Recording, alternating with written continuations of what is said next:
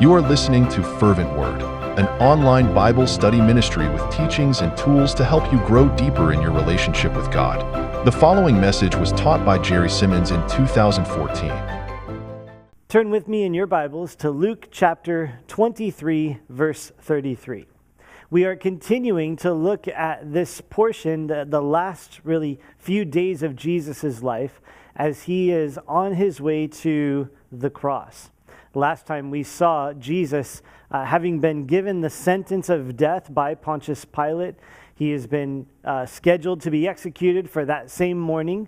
And so we saw him journey. We saw the procession that took place as Jesus took his cross and led the way to Calvary. And that brings us to verse 33 in our portion today. It says, "And when they had come to the place called Calvary, there they crucified him, and the criminals, one on the right hand and the other on the left." And so today we're just going to be focused here on this portion, this one particular verse, because here it says, as they arrived at Calvary, then it says that they crucified Jesus. And we want to talk today about crucifixion. They crucified Jesus. What does that mean? We are pretty far removed from the process of crucifixion. It's something that maybe you know a little bit about, mainly because Jesus was crucified. If Jesus had not been crucified, probably we wouldn't know anything. Maybe you would have seen it in history, like in third grade or something for a short bit. But we wouldn't pay much attention to it. But because Jesus was crucified, the things that are involved in crucifixion become really important to us. Josephus described crucifixion as the most wretched of deaths. And so as we think about crucifixion, a lot of times, because we're so far removed, we sanitize it in our mind, and it's a kind of a cleaner execution than it actually was. I kind of liken it to our familiarity with 9/11. As I say those words, 9/11, your mind probably goes back to September 11th, 2001, and you remember the horrific events as the Twin Towers were struck by this terrorist attack and those buildings collapsed. But imagine 2,000 years from now, and someone is reading about what happened, and perhaps, it's summarized as they're reading it. They see the words, 2 planes crashed into 2 buildings. And that's accurate, and that, tells what happened. But 2,000 years later, they don't get all that went into that. They wouldn't be thinking about all the devastation that was there and the way it hit our nation and the way it hit our hearts and how each of us remembers, where we were when those things happened. And so in the same way as there would be so much distance, it would lessen the impact. The same thing happens for us with crucifixion. And so I want to take some time this morning to go through some of the details of crucifixion with you. Now, the objective that I have as I go through this, what the Lord put on my heart, was to be detailed without being gruesome. It's kind of a fine line because crucifixion is a gruesome way to die. And so I don't want to be graphic, but I want to give us a little bit of a sense about what happened and what took place and what Jesus endured for our sake. And so as we begin to talk about the crucifixion of Jesus, we're heading into these final hours in the life of Jesus. It begins back at about 6 o'clock, probably on the Thursday night, as he would be having the Last Supper with his disciples. And as he had that Passover meal with them, he would go out from there to the Garden of Gethsemane. And there he would spend some time in prayer, and he would be in great, intense emotional distress as he was preparing himself for the events that were about to happen. There in the Garden of Gethsemane, Jesus is arrested. He is questioned several times by the Jewish authorities. He's mocked and beaten by the Jewish soldiers and basically kept up all night. And then in the morning, the official convening of the elders of the Jews took place, and they sentenced Jesus to death and turned him over to Pontius Pilate. And so that was probably around 6 a.m. The Roman trials began. He stood before Pilate, then he was sent over to Herod, and then Herod sent him back to Pilate. Pilate gave the sentence. He is to be executed by crucifixion. And so Jesus at that point is scourged and then mocked some more by the Roman soldiers. At about 9 a.m., Jesus would have been nailed to the cross at Calvary. He would have hung on the cross for about 6 hours and then breathed his last.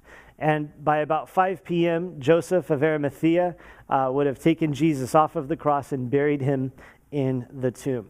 And so the arrest, the trials, the crucifixion, and his death all took place within a 24-hour time period. It happened very quickly because the Jewish leaders wanted it to happen fast before the rest of the people in the city of Jerusalem and the nation of Israel knew what was going on. And so that's a quick overview at this timeline. But as we get into the details now, we want to look at 3 points about the crucifixion of Jesus. Number 1, his body was broken. Number 2, his blood was shed. And then number 3, he bore our sin. And so the first thing we'll look at is his body being broken. The first time, really, or the first thing that we look at with his body being broken begins in Luke chapter 22, verses 63 and 64, where the Jewish soldiers blindfold Jesus and begin to beat him.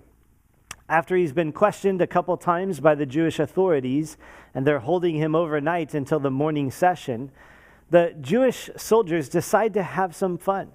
And it tells us in Luke 22, verse 64, that they blindfolded him, they struck him on the face, and they asked him, saying, "Prophesy, who is the one who struck you?" And so they're having some fun with Jesus as they blindfold him. It was, for 2 effects. Number 1, that way they could have some fun and mock him and say, well, hey, you're the Messiah, so why don't you prophesy? Tell us who hit you, even though you can't see because you're blindfolded. But this would begin the body being broken for Jesus, because as he was blindfolded, the strikes that would be coming at him would be unexpected. Of course, not being able to see the blows and what's coming towards his face, he wouldn't have been able to respond or to recoil or to prepare for those punches at all. And so this would have resulted in a more severe beating, a more serious effects to his body than if he was able to see what was coming at him. And so at this point, the face of Jesus would have been beaten up probably pretty severely. He would have had, some bruises, some hematomas where the blood pools whenever a person is hit, and there would be swelling as well in the various regions that were hit. And perhaps you could think of, like a boxer after a very serious, difficult fight, and the way that their face is beat up and bruised and swollen. It would have probably been very similar for Jesus at this time as they blindfolded him and struck him. Well, the next thing that took place as far as his body being broken was the scourging. And so after they turned him over to the Romans and they determined, well, we're going to crucify him, the normal practice for the Romans was to scourge a person before he was crucified. It was a method that they used to get confessions out of criminals, that they would bring this scourging, this whipping on the back, so that the criminals would confess their crimes and they would, resolve those unsolved mysteries. But another aspect of the scourging, another reason why they did it, was to make the cross more painful. With the scourging that would take place and the effects that it would have on the back, then hanging against the wood on the cross would have been more painful. It also would have made sure that the criminal died of those painful injuries and not of starvation, much longer. And so it shortened the time that a person could survive upon the cross. And so the process of scourging went like this. They would tie the man to a post. Think of like a telephone pole. And they would tie them with their hands overhead, and they would be hanging from their arms in that way so that their back would be completely stretched out. At this time, they would also be stripped naked, and so this was a very, humiliating thing that would be done to Jesus. And then 2 soldiers would take turns with a cat of 9 tails. And so they would each have this whip that would have these, 9 tails or thongs, and there would be, different objects embedded into that to make it more effective as they would bring on this scourging upon a person. And they would take turns, so one would whip and then the other would whip, and so that way it was just a continuous whipping that would be endured by the person who is to be crucified. This would affect severely the back, the legs. Some of them would also probably wrap around to the sides and to the chest, and so there would be serious injuries in that way. It would cause severe damage to the skin, and as the whips, broke through the skin, it would begin to work on the muscle and create great damage to the muscle, and it would actually break through the muscle as well, and it would damage the fat underneath. And so the whole back would be severely affected and open and injured in this way. And a scourging was over whenever the centurion decided that it was over. So it wasn't a certain number of hits. It was just based on the mood of the centurion in charge. The severity was based on the mood of the Roman soldiers who were, doing the whipping. And so it would be more severe or less severe depending on how they felt or how much fun they were having with it. But scourging was so severe that many criminals died from scourging alone, that it was enough that if they didn't restrain themselves or if the centurion didn't stop it, that the injuries from scourging could be fatal immediately. And so this didn't happen with Jesus. They scourged him. He survived it. And then that brings us now to the next thing with his body being broken, and that is that he was mocked and beaten. So after they've scourged him and tore up his back in this way, the Roman soldiers decide to have some fun with Jesus. They give him the royal treatment, as it were. They place a robe upon him, as a king would have, saying, hey, you're the king of the Jews, so here's your robe. And then, well, you need a staff. A king has a scepter to hold. And so they gave him a reed to hold as a staff. And then they also crowned him. But of course, not using like a gold crown. They used a thorn bush. And they took this thorn bush and they put it on his head to, cause these injuries to his head. Based on studies of the different types of plants and such that are in the area, most scholars believe it was a certain type of tree that had thorns, that the thorns were about 1 inch long. And so these would have been some serious thorns that were in this crown as they put it upon the head of Jesus. And so they bow down and pretend to pay homage and are laughing and just having a good time at the expense of Jesus. But then they become more brutal, and they take the reed or the staff from his hand and they begin to beat him over the head. And so, of course, seriously impacting his head and the crown, the thorns that were there, and causing more injuries as a result. And so his body was broken when he was blindfolded and beaten, when he was scourged, when he was mocked by the soldiers and beaten over the head with this staff and the crown of thorns. But then his body would have been further broken as he walked to Calvary. In this weakened condition, Jesus would have been forced to go the distance of about 650 yards, which is about 1/3 of a mile. And he would be forced to carry the cross for as long as he could. Now, we don't know exactly how long Jesus carried the cross, because we know from Luke chapter 23 that the soldiers grabbed Simon from Cyrene and forced him to carry the cross of Jesus the rest of the way to Calvary. And so Simon could have carried it the whole way if Jesus was too weak to carry it at all, or Jesus would have carried it for some time, and then when he was unable to continue, then the soldiers grabbed Simon and he went the rest of the way.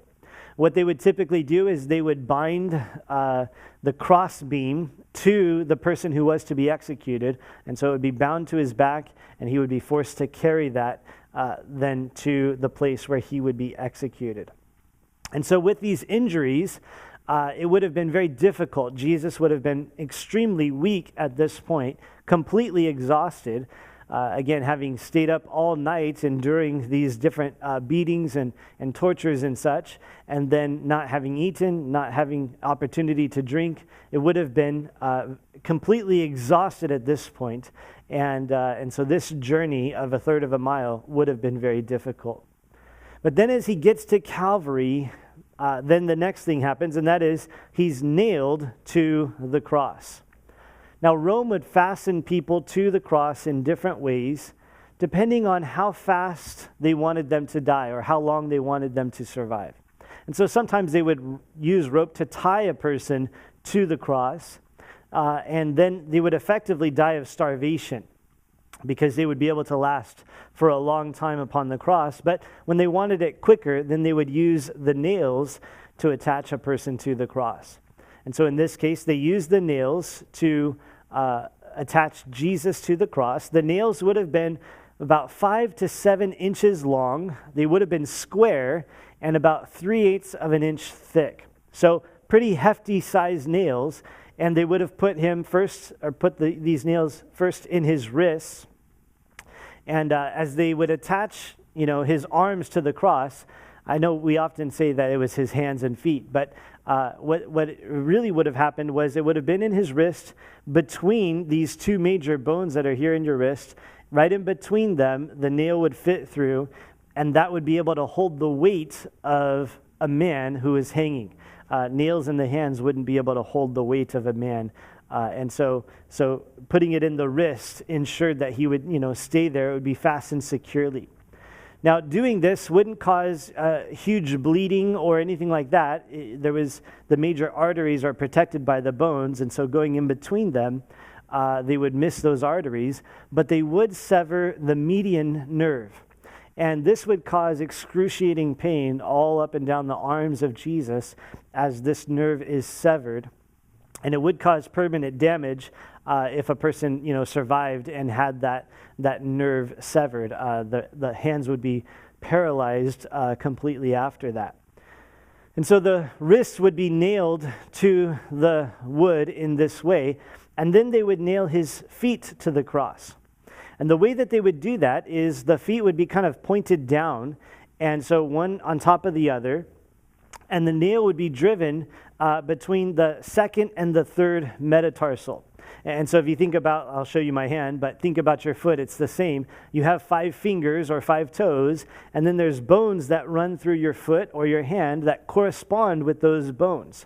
And so between the second and third metatarsal, those bones that run up and down your foot, the nail would have been driven between both feet in that way. And again, that would protect it from too much loss of blood, but it also would be sufficient to be able to support the weight of the man who is being crucified. And so Jesus here is nailed to the cross. The nails are driven through his wrists and then through his feet, so that he is attached to the cross. Well, then as he hangs on the cross, something else would happen in regards to his body being broken.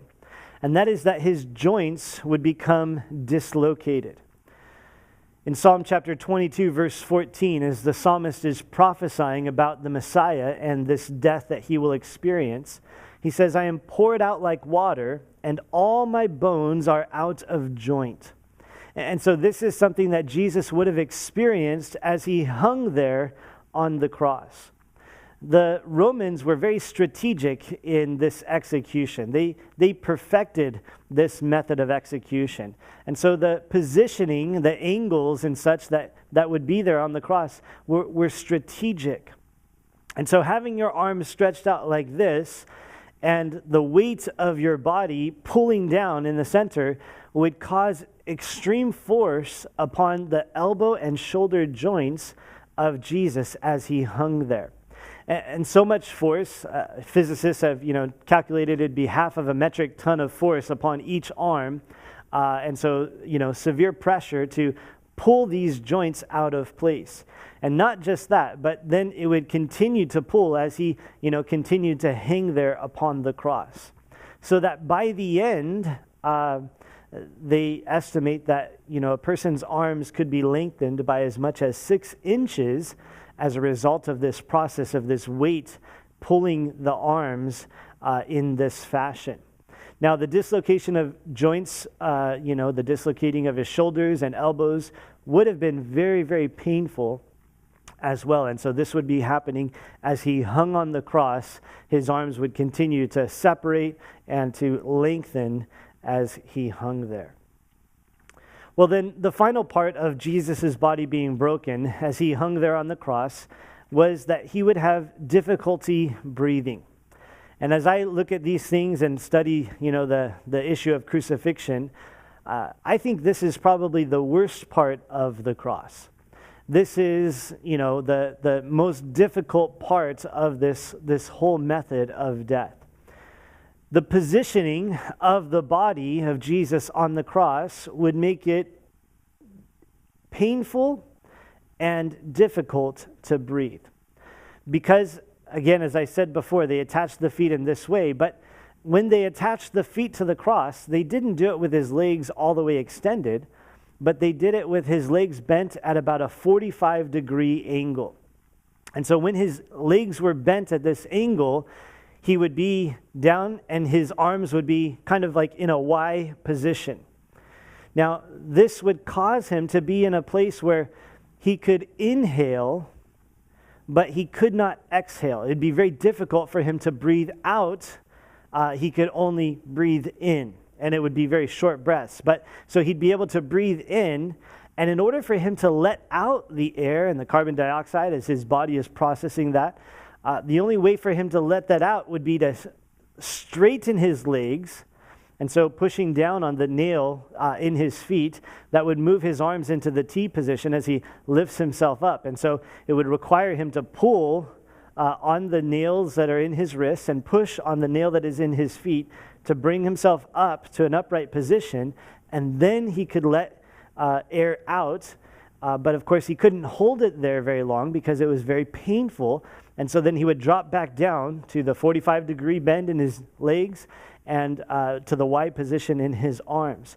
And so every time he would take a breath, he would have to go through all of this. He would be down here, he would come up, he would let out some air, he would come back down, take a breath, come back up and breathe out, all the while, experiencing the pain of all these nails, the muscles, well, that's another thing I didn't mention. But because of the lack of blood flow, because of the lack of oxygen, the muscles in his arms, the muscles in his legs, as well as in his chest, would be suffering the effects of this lack of oxygen and would be spasming very severely. There would be cramps and spasms, and they would be, in just basically crisis mode, and he would be, experiencing that kind of pain as well, as his muscles were not able to handle this type of exercise with that little of oxygen and blood flow. And so this was a constant process for Jesus.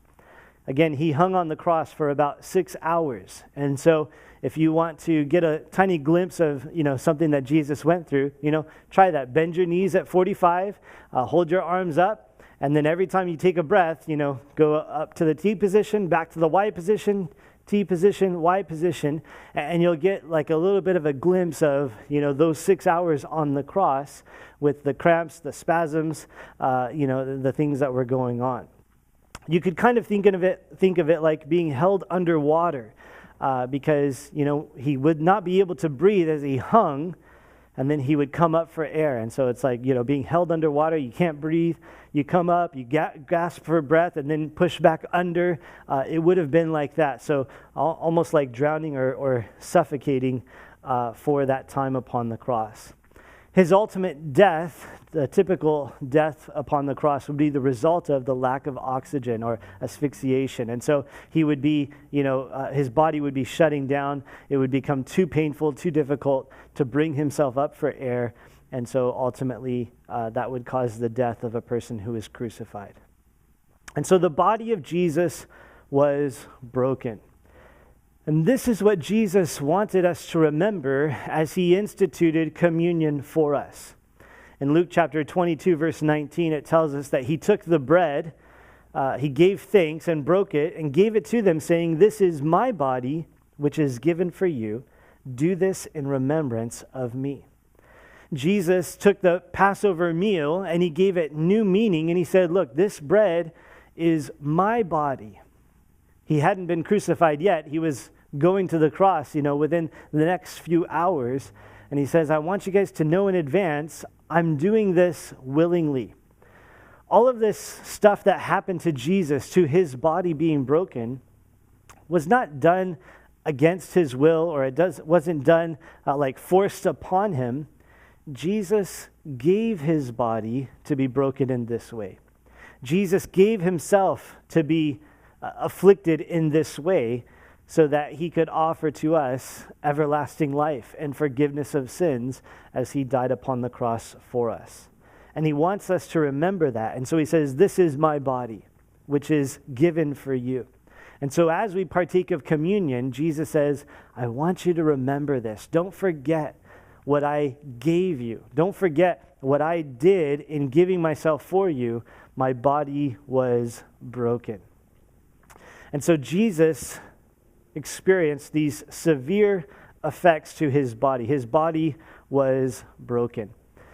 But now as we go on into the second point for the message this morning, it's that his blood was shed. And so what I'd like to do is kind of rewind the tape a little bit and look at some of the different ways that Jesus lost blood throughout this process and consider how that would have impacted his condition as he went to the cross. Of course, because his blood being shed was the second part of communion and what Jesus wanted us to remember. And so as we consider that, we're going to go back now to the Garden of Gethsemane. And there in the Garden of Gethsemane, it's about 9 p.m., the night before Jesus is crucified. There he would have began to lose some blood. He was under incredible pressure. Matthew chapter 26, verse 38 tells us, he tells his disciples, my soul is exceedingly sorrowful, even to death. Stay here and watch with me. As he goes into this time of prayer, it's an intense time of prayer. And so much so that he says, I'm exceedingly sorrowful, even to death. And so he's really feeling the effects of this sorrow, this pressure that he is in. Luke records in Luke chapter 22, verse 44, that Jesus, being in agony, prayed more earnestly, and then his sweat became like great drops of blood falling down to the ground. Now, there is some discussion between Bible scholars about what exactly was taking place here. If Luke was recording, the type of sweat that Jesus had, it was big drops that were falling to the ground. But most believe that this is actually a physical condition that Jesus was experiencing, and Luke, being the physician, points this out for us. There is a medical condition called hemithidrosis. It's very rare, but it does happen in times of intense stress. And this is, of course, what Jesus was experiencing. He's exceedingly sorrowful, even to death. He's in agony. And so he's under this kind of stress. And what can happen in this condition, hemithidrosis, is that the capillaries under the skin burst as a result of the strain, the pressure. It's, as a result of the emotional stress that's going on. These capillaries burst, and then the blood from that mixes with the sweat. And so as the sweat is coming out of the pores, the blood from those burst capillaries comes out of the pores as well. Now, this is probably what happened to Jesus. We can't say it happened for sure. But if it did happen, it wasn't a huge amount of blood loss. It would have been slight, not enough to, really be concerned about. But it was an indication of the stress that he was under, the things that he was going through as he prepared for the events of the cross. The effect of this condition happening to him would have been several things. It would have been weakness. He would have been, extra tired as a result of this. It would be incredibly stressful for the body as well as the emotional stress. It would also have resulted in dehydration because of the amount of sweat that would be coming forth, but then now added to that the loss of blood. So he would be dehydrated. He would be losing fluid.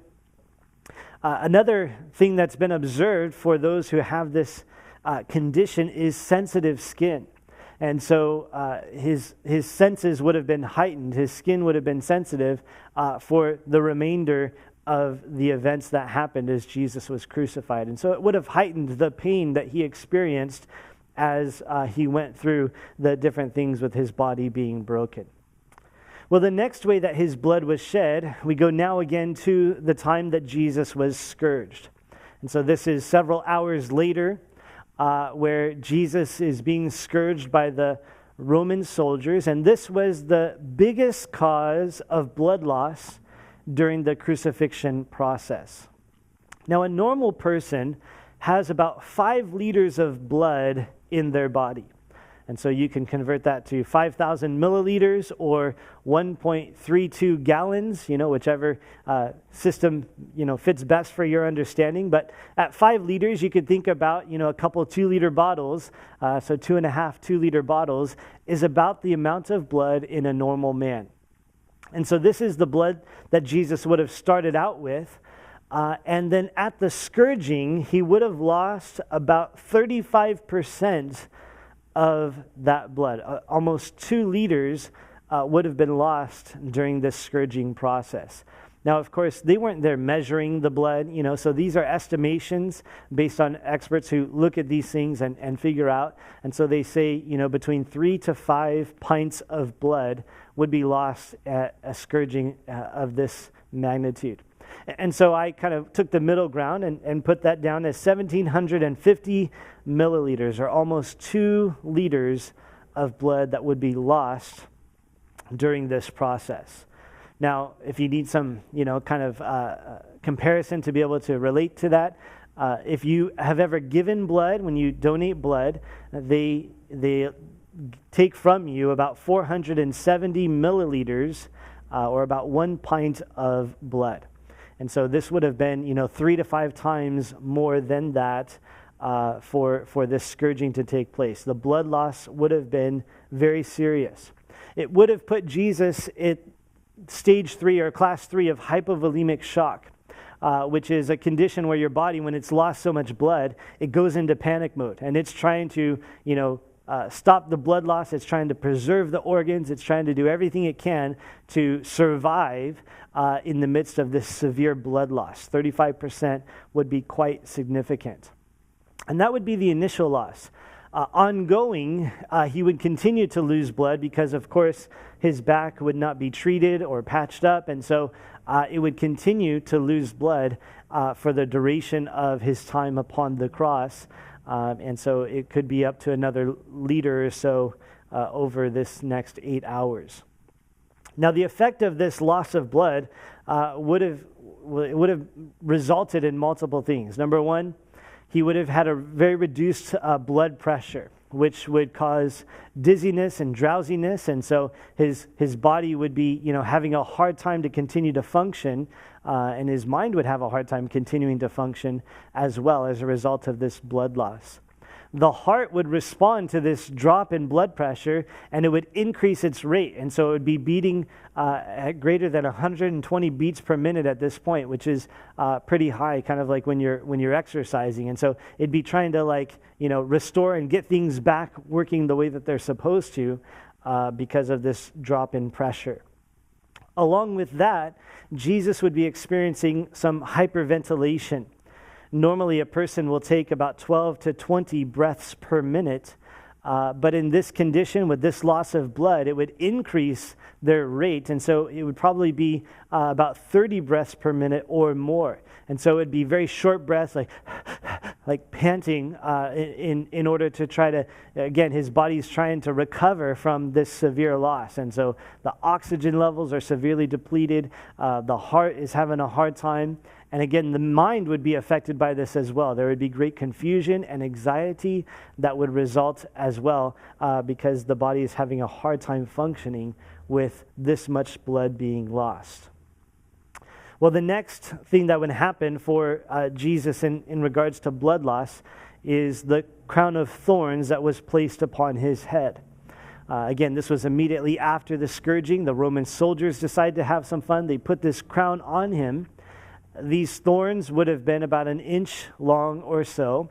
And many believe actually it probably wasn't like a strip like we often see, but more like a bush that they just, crammed down onto his head. And so as a result of this, there would be, some serious lacerations, some serious cuts, punctures as a result of these thorns being upon his head.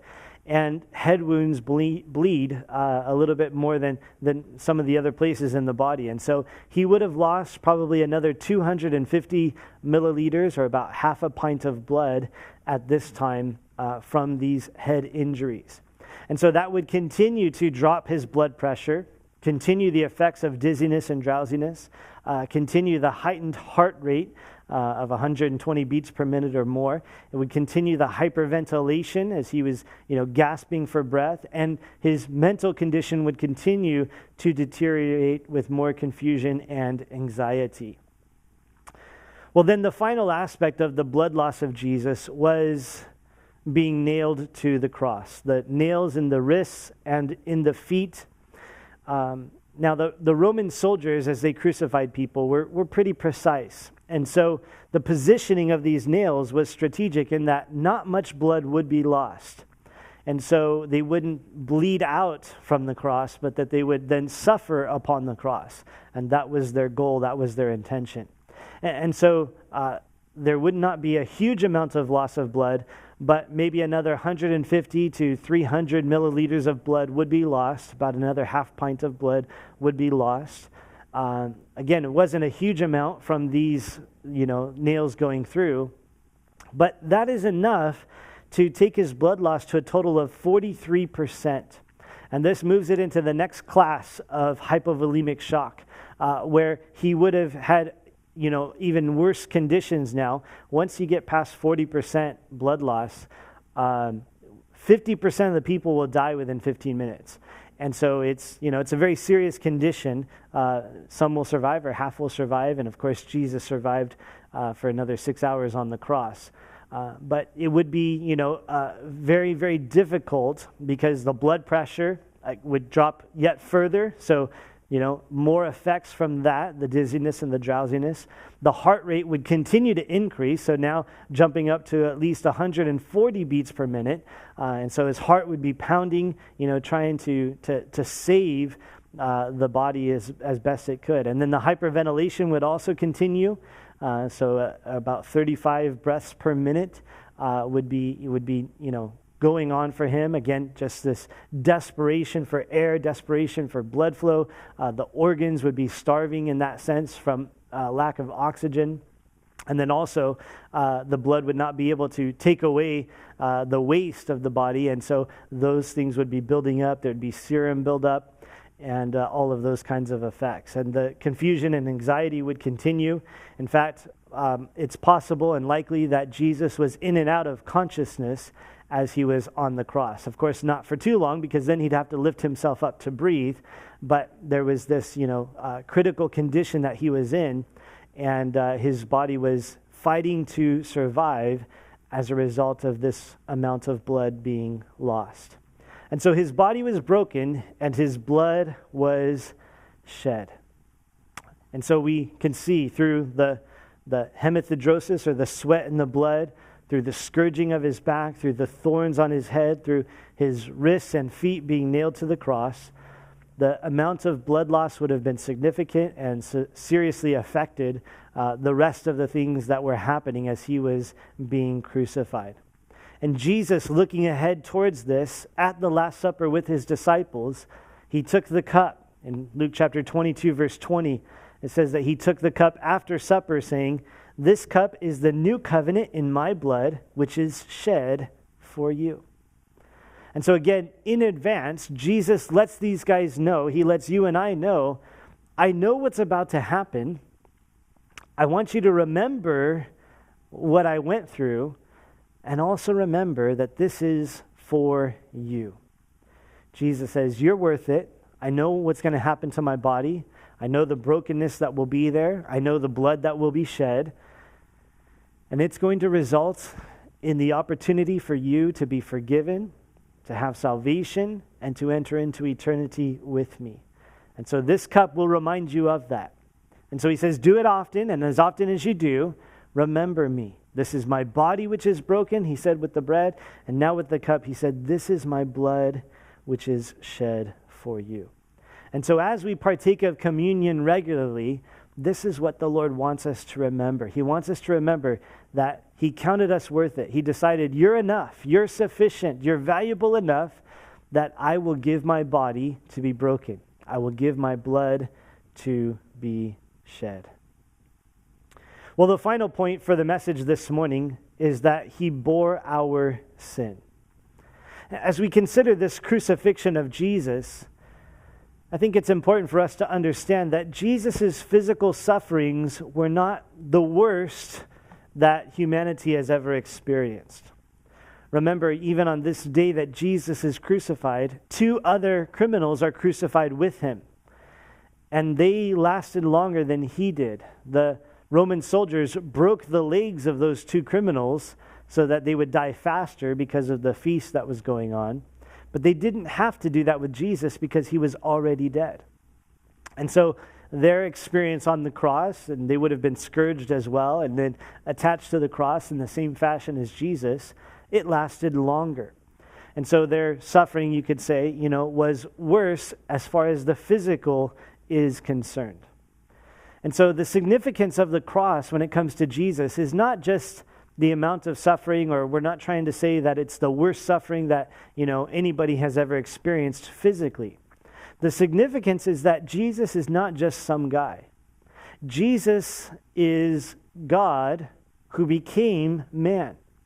And he humbled himself, and the amazing thing is that he humbled himself to this point, to suffer so severely. And so he's not just another human being, and it's not just that he didn't commit any crimes, but that he, being God, his rightful place is in glory, and he humbled himself and became a man. And then he humbled himself and became obedient even to the point of death, the death of the cross, Paul tells us in Philippians chapter 2. And so Jesus' suffering is significant, not just because of the intensity and the severity of the suffering, but because of who he is, his rightful place and the glory that belongs to him. And Jesus did all of that. He humbled himself to this extent in order to bear our sin. The author of Hebrews, in Hebrews chapter 9, verse 27 and 28 tells us, as it is appointed for men to die once, but after this the judgment, so Christ was offered once to bear the sins of many. To those who eagerly wait for him, he will appear a second time apart from sin for salvation. And so the author of Hebrews says, men have been given this appointment to die once. And in the same way, Christ was offered once. He died once in order to bear the sins of many. This death of Jesus Christ was significant because in this death, he bore our sins. He paid the price for our sins. He carried our sins and received the death that we deserve, the judgment that we deserve.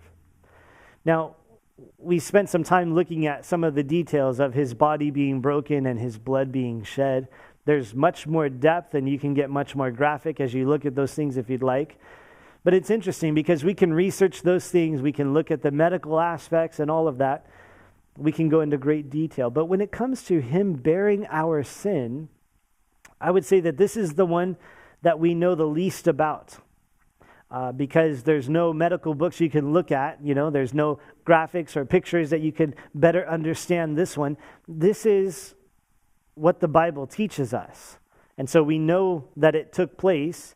We also know that it's the most important, and it seems that this is the most difficult part of the cross for Jesus. And so this was more severe than the physical suffering, was the reality that he bore our sin. He did so willingly so that we could have life. And you can see that in 2 Corinthians chapter 5, verse 21, where the Apostle Paul says that he, that is the Father, made him, that's Jesus. So the Father made Jesus, who knew no sin, to be sin for us, that we might become the righteousness of God in him. And so here we see that Jesus, who knew no sin, he was sinless, but he was made to be sin for us. This doesn't mean that he literally became sin, but that he was treated as if he had sinned. He had not sinned, but he was treated as if he had sinned. And so it's the greatest of injustices as Jesus is crucified as if he had committed crimes, but also God related to him as if he had sinned. And so there's this change that takes place, this change in this relationship that Jesus has with the Father, in that, well, in all of eternity, he existed in oneness, in unity with the Father. In John chapter 10, verse 30, Jesus says, I and the Father are one. They're part of the triune, nature of the Godhead, the Father, the Son, the Holy Spirit. And there was this unity there. But here upon the cross, Jesus is treated as if he had sinned. So that, notice what Paul says there, he says that we might become the righteousness of God in him. So Jesus, being sinless, was treated as if he had sinned, so that you and I, who are sinful, could be treated as if we were righteous. Jesus took our place upon the cross, received our penalty upon the cross. He bore our sin. Paul puts it another way in Galatians chapter 3, verse 13. He says, Christ has redeemed us from the curse of the law, having become a curse for us. For it is written, cursed is everyone who hangs on a tree. We were under the curse of the law. That is, unless you lived a perfect life, you could not be saved. You could not enter into eternity with God. Unless you were absolutely flawless from beginning to end, you would not enter into eternity with him. And so that's the curse of the law. But Jesus became a curse to redeem us from the curse. Because, well, Deuteronomy tells us, cursed is everyone who hangs on a tree. And so Jesus hung on a tree, became a curse that we could be redeemed from the curse of the law, from the death that we deserve, from the destruction in hell that was awaiting us. He took our place. He bore our sin. He became the curse on our behalf so that we could be redeemed from it. But it resulted in this change with him and the Father. And he expresses that in Matthew chapter 27, verse 46. There on the cross, about the 9th hour, Jesus cried out with a loud voice, saying, Eli, Eli, lama sabachthani. That is, my God, why have you forsaken me? Why did Jesus cry out, my God, why have you forsaken me? I think there's a couple reasons. First, it's a reference to Psalm chapter 22. It's actually the first line of Psalm chapter 22. And so Jesus is pointing them back to this psalm. He's essentially saying, turn to Psalm 22 and read it. It's all about me. And as you look at Psalm chapter 22, it's written by David, but you can see the prophetic nature of it as he speaks about the Messiah and the torture, the affliction, the suffering that he will go through. And so he's referencing Psalm 22, but also I believe that Jesus here is just expressing how he felt. He felt forsaken. And so he says, my God, why have you forsaken me? It's interesting to note here that Jesus talks to the Father and he calls him my God. Typically, as we go through the Gospels, we see Jesus refer to the Father as the Father or my Father. Or as he speaks to the Father, he speaks to him as my Father. But here that changes, and instead he says, my God, instead of my Father. Remember at the baptism of Jesus, as he's coming up out of the water, the Holy Spirit descends upon him, and the Father speaks from heaven and says, this is my beloved Son, in whom I am well pleased. They had this oneness, this unity. He was well pleased with the Son. But now Jesus feels forsaken. The Father did not forsake Jesus. But as Jesus bore our sin, he felt the effects of that, and so he felt alone. He felt forsaken. He felt the distance. And so he says, my God, instead of my Father, why have you forsaken me? It's not an exact comparison, but if you could think about back when you were a kid, perhaps you had the experience when you had done something wrong and gotten caught. And your parents, as they're talking with you, they say those terrible, terrible words. I'm not mad, I'm just disappointed. And when your parents say those words, it's like, oh, like it's hurtful. Like you wish, I'd rather you be mad. I'd rather you be angry. Go ahead and just spank me because that's better than those words, I'm just disappointed. And there's a hurt that happens there. It's not exactly parallel. Jesus, the Father is still pleased with Jesus, but Jesus feels this disconnect. He feels this separation. He feels forsaken. And so he says, my God, why have you forsaken me?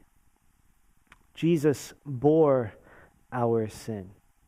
He was perfect. He was sinless. He was flawless.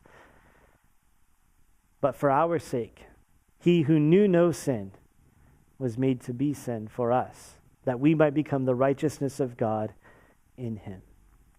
And so they crucified Jesus. It's just 3 words, there in verse 33. They crucified him. And the people of the day, they understood all that meant because people were crucified right next to roads, right next to city gates. And so they saw it, they knew all that went into it. But we, being so far removed, not having crucifixions on the street corners regularly, we forget many times what really went on, what Jesus went through. He did this for you. He said in advance, look, this is my body, which is broken for you. I'm giving myself to these things. This is my blood, which was shed for you. Because without this, you cannot have forgiveness of sins. Without this, you can't be saved. And so I will bear your sin. I will receive your penalty. I will be crucified, put to death, so that you can have everlasting life. It's an amazing thing that Jesus has done for us. An amazing work that he has accomplished for us. And as we consider the cross, it's easy to get overwhelmed by the amount of suffering. It can be quite emotional, as you consider the pain, the agony, the time that Jesus suffered. But one last thought about the crucifixion of Jesus that I'd like us to consider, and that's from Hebrews chapter 12, verses 1 and 2. Here in Hebrews chapter 12, the author says, therefore we also, since we are surrounded by so great a cloud of witnesses, those are the people who believed God back in Hebrews chapter 11, here's what we should do. He says, let us lay aside every weight and the sin which so easily ensnares us, and let us run with endurance the race that is set before us, looking unto Jesus, the author and finisher of our faith, who for the joy that was set before him endured the cross, despising the shame, and has sat down at the right hand of the throne of God. Here it tells us in Hebrews chapter 12, verses 1 and 2, Jesus endured the cross for the joy that was set before him. His body was broken, his blood was shed, he bore our sin, all devastating to him, but he did it because there was a joy that was set before him. It was the joy of those who would be able to be redeemed by believing in him. It was the joy of offering forgiveness to the people that he loves so greatly. He already had everything. He was in glory with the Father in all eternity. But he humbled himself and suffered in this way and bore our sin so that you and I could experience eternity with the Father. It was the joy that was set before him. And that's why he endured the cross. And so as you consider the cross, yes, it was great suffering. And yes, it brings sorrow because Jesus had to die on our behalf. But Jesus did it for the joy that was set before him.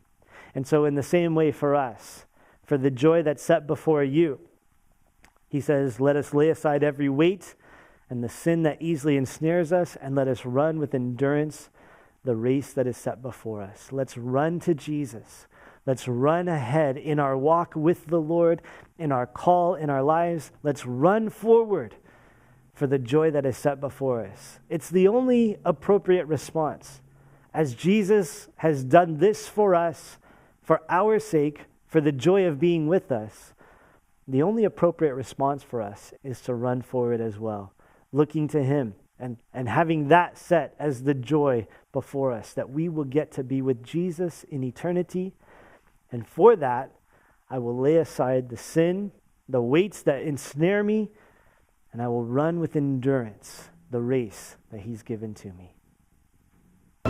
We pray you have been blessed by this Bible teaching. The power of God to change a life is found in the daily reading of his word. Visit ferventword.com to find more teachings and Bible study resources.